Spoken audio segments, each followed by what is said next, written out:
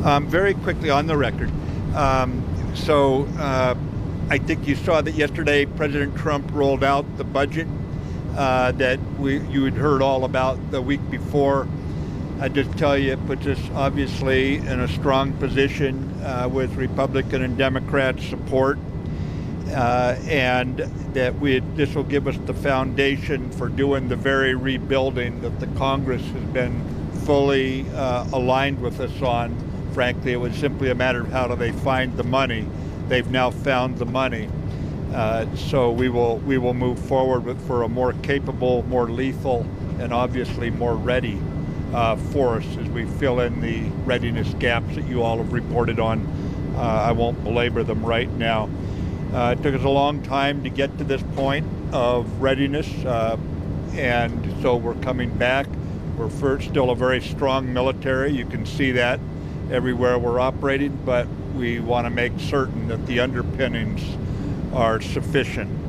And to say that we appreciate Congress passing that urgently needed 2-year agreement, budget agreement, would be an understatement. We're grateful, and it's up to us now as the money starts coming in to make certain that we spend it wisely and earn the trust of the American people, the American Congress, and certainly show that solvency and security go hand in hand. Let me talk for a minute about coming out of Rome. We had the de-ISIS coalition meeting. It was joined by the ministers of defense of Iraq and Turkey for the latter half of it, which is the normal way it goes. The achievements of the Iraqi security forces, you're keenly aware of this, might be to you old news. To us, it was never a foregone conclusion. It was the result of blood, sweat, and tears, frankly, and they paid a heavy price. But they're now hunting down the remaining cells, the cells that went dormant, any small concentrations. There are some areas they've not gone through because there are not very good living conditions there, but there are still cells that have taken temporary refuge, and so they're on the hunt as we speak. Further, down in Kuwait, the Emir got together with the foreign ministers. Our Secretary of State was there, along with a lot of others, and they were working today on the recovery aspects. How do we get the place back to normal? Who's going to contribute money for the disastrous impact that ISIS had on Iraq society and Iraq infrastructure? So that meeting's going on. I don't have the complete readout yet. It may still actually be in progress. I'm not sure. But we'll get that word. When I get it, I'll give you my thoughts on it. But I doubt I'm going to get it before we land, probably later tonight before I talk to the Secretary. One point I would make is as we look over at Syria, and you can see the complexity in sharp focus right now, on the middle Euphrates River Valley, ISIS has counterattacked in a couple of places. This is kind of normal, but maybe slightly above normal, but I don't have the data to support what I just said. So I'll just say it's probably about normal counterattack levels against us as they try to push back. These would be local tactical counterattacks, or not any kind of a larger effort, as they try to keep the offensive off balance. The attack that went last week on us from a pro-regime element, now in that one, ladies and gentlemen, as you know, we were told there were no Russians. That was right off the deconfliction line. They said, not our people. We were perplexed. Some of you even asked, why would the Russians not have control of others? There is now reporting in the press, I don't have any reporting, that some Russian non-Russian Federation soldiers, but Russian contractors were among the casualties. I can't give you anything on that. We have not received that word at Central Command or at the Pentagon. And there was also one other incursion which involved indirect fire on a tank. The tank was taken out, the firing stopped. That's all I can tell you. Again, it's perplexing. It makes no sense. It does not appear to be anything coordinated by the Russians. And so that's, again, I'm not I know I'm not giving you much here, but we don't have much on it right now outside of what we've seen reported coming out of Moscow, I think, on open press.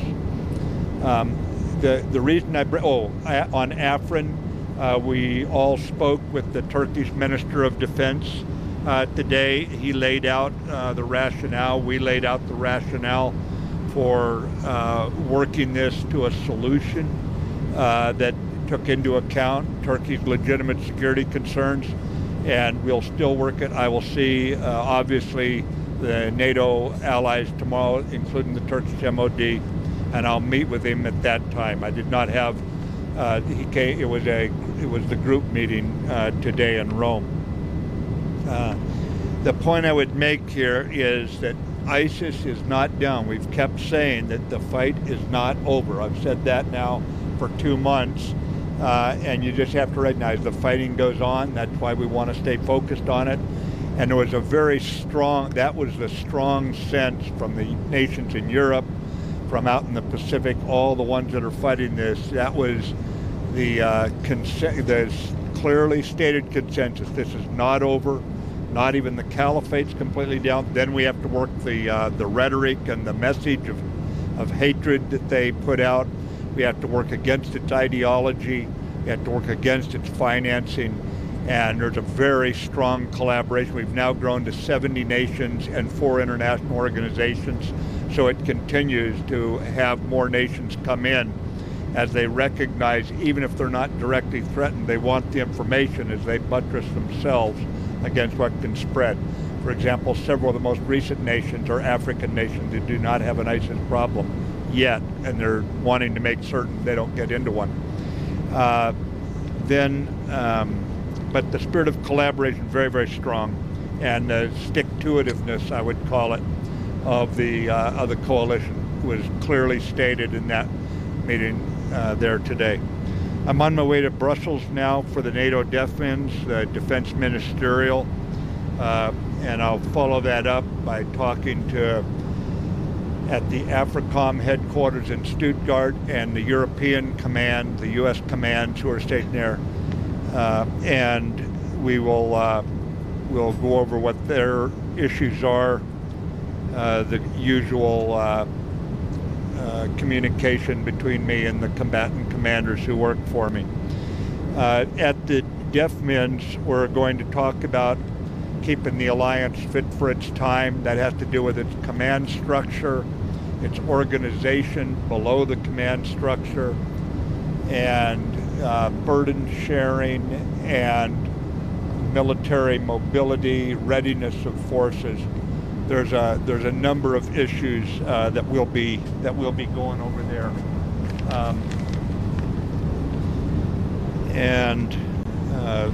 anyway, let me go to your question. I don't have much time here, and see if we can get a few questions out here. Can you just address on the Syria detainee issue? It was one of the things that came up, and how concerned are you about it? What response did you get from the allies? Thanks, Lilita. I meant to mention that we did talk about the foreign fighters. You remember a lot of them saying they were willing to die for their cause. Well, they haven't proven quite so willing to die when confronted with the coalition forces and the SDF.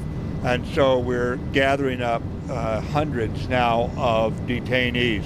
The important thing is that the countries of origin keep responsibility for them. How they carry out that responsibility, there's a dozen different diplomatic, legal, or whatever ways, I suppose.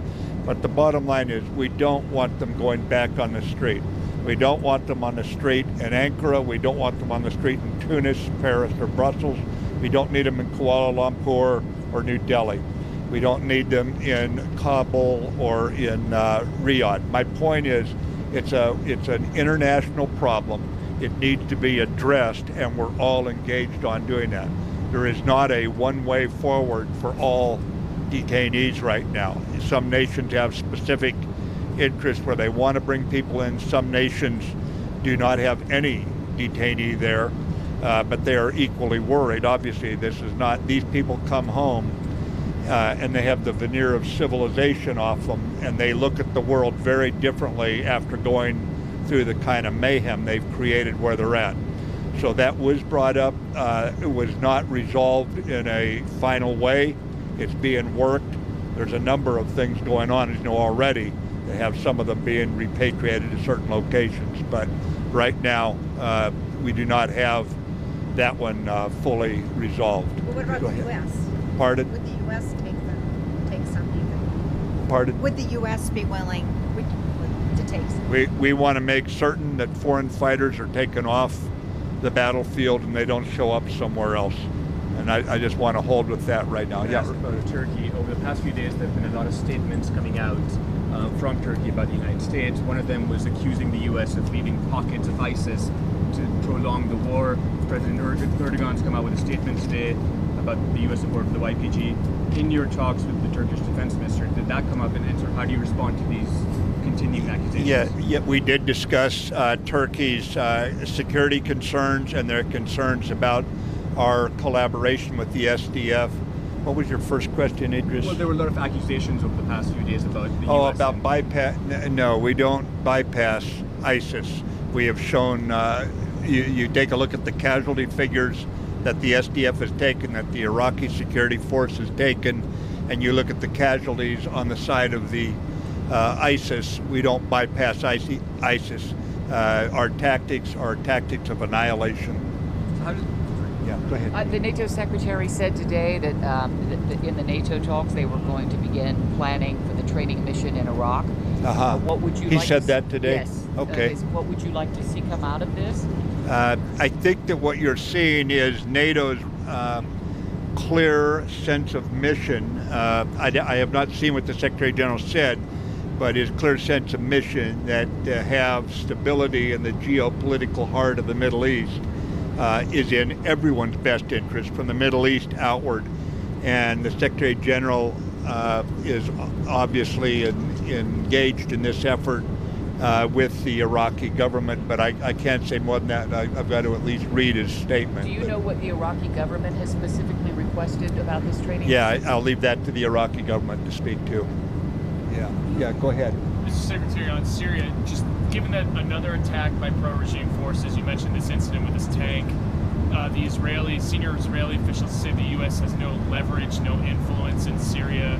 Yeah.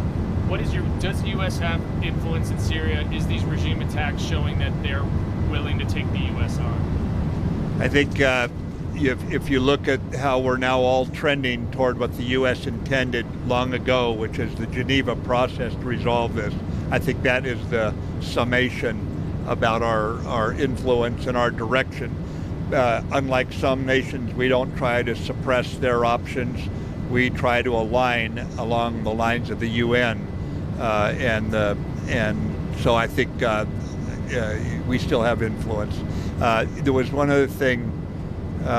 What was the first thing you said? Well, this new regime attack. You mentioned. Oh, thank you. Yeah, I wouldn't say that. This could just be a local couple of guys doing something. I don't want to dignify it as a big attack. Okay, it wasn't. But it's still something we're keeping our eye on for the very thing that's in the back of your mind right now. Yeah, Sylvie. You said that the problem of the foreign detainees is not solved. So do you think that Guantanamo could be a solution? Think that what? Guantanamo could be a solution? Yeah, I'm not willing to say anything on that right now. I think the best thing to do is to define the problem, and then we'll get the solutions. We need to know how many of these guys are in what status, what countries are they from, and so I don't want to jump to offering solutions before I've defined the problem. Go ahead. You haven't had thank it. you. Yes, ma'am. Well, very briefly, I wanted to just check on the UK element of the detainees, because I understand Whitehall has said... UK element? Yeah, they've revoked the nationality, and you're talking about country of origin as the nationality of the two vessels. So I wondered if you could say a little bit more about the UK situation. Yeah, I think we've got to talk more with them before I could answer that right now. My view is that the country of origin that they were citizens of bears some sense of responsibility. How they deal with that responsibility, I'm not a lawyer, I'm not an international law person, but I know one thing: they shouldn't be allowed back on the street if they did what we all saw them doing. On those of you who slipped into Syria and took the pictures of the pirated photos that we got out. So the most important thing is we figure out how we're going to deal with this, that we can deal with it. We don't paralyze ourselves and just say nothing we can do. I don't think that is an option. That's the one thing I will say. Doing nothing is not an option. You haven't had a chance. Real quick, thanks. On the budget, the EDI, the European Currency Initiative, got about a $2 billion plus up. That's another year's increase. So do you expect this program to be enough to do what you need to do in the next year and to increase every year going forward? No, I do not see it increasing every year going forward. I think that the alliance will increase. And you see that with, I think we've got about a dozen nations now with firm plans to get to 2.0. I think there's more than that. But the trajectory of almost all nations, almost all, but for 2 or 3, is all going up. So that's where it's coming from, is all of us pulling together. So you think this is the high water mark for EDI? I wouldn't say that right now. It depends on the situation. But right now, I think we have certainly proven that our transatlantic bond and our commitment to NATO, Article 3 and Article 5. Article 3, where every nation is expected to take steps for its own defense and collective defense, Article 3, and Article 5, which is an attack on one is an attack on all. So I think if you put that together, we are where we're at. We're in a good position, but you also see the rest of the alliance climbing in their commitment.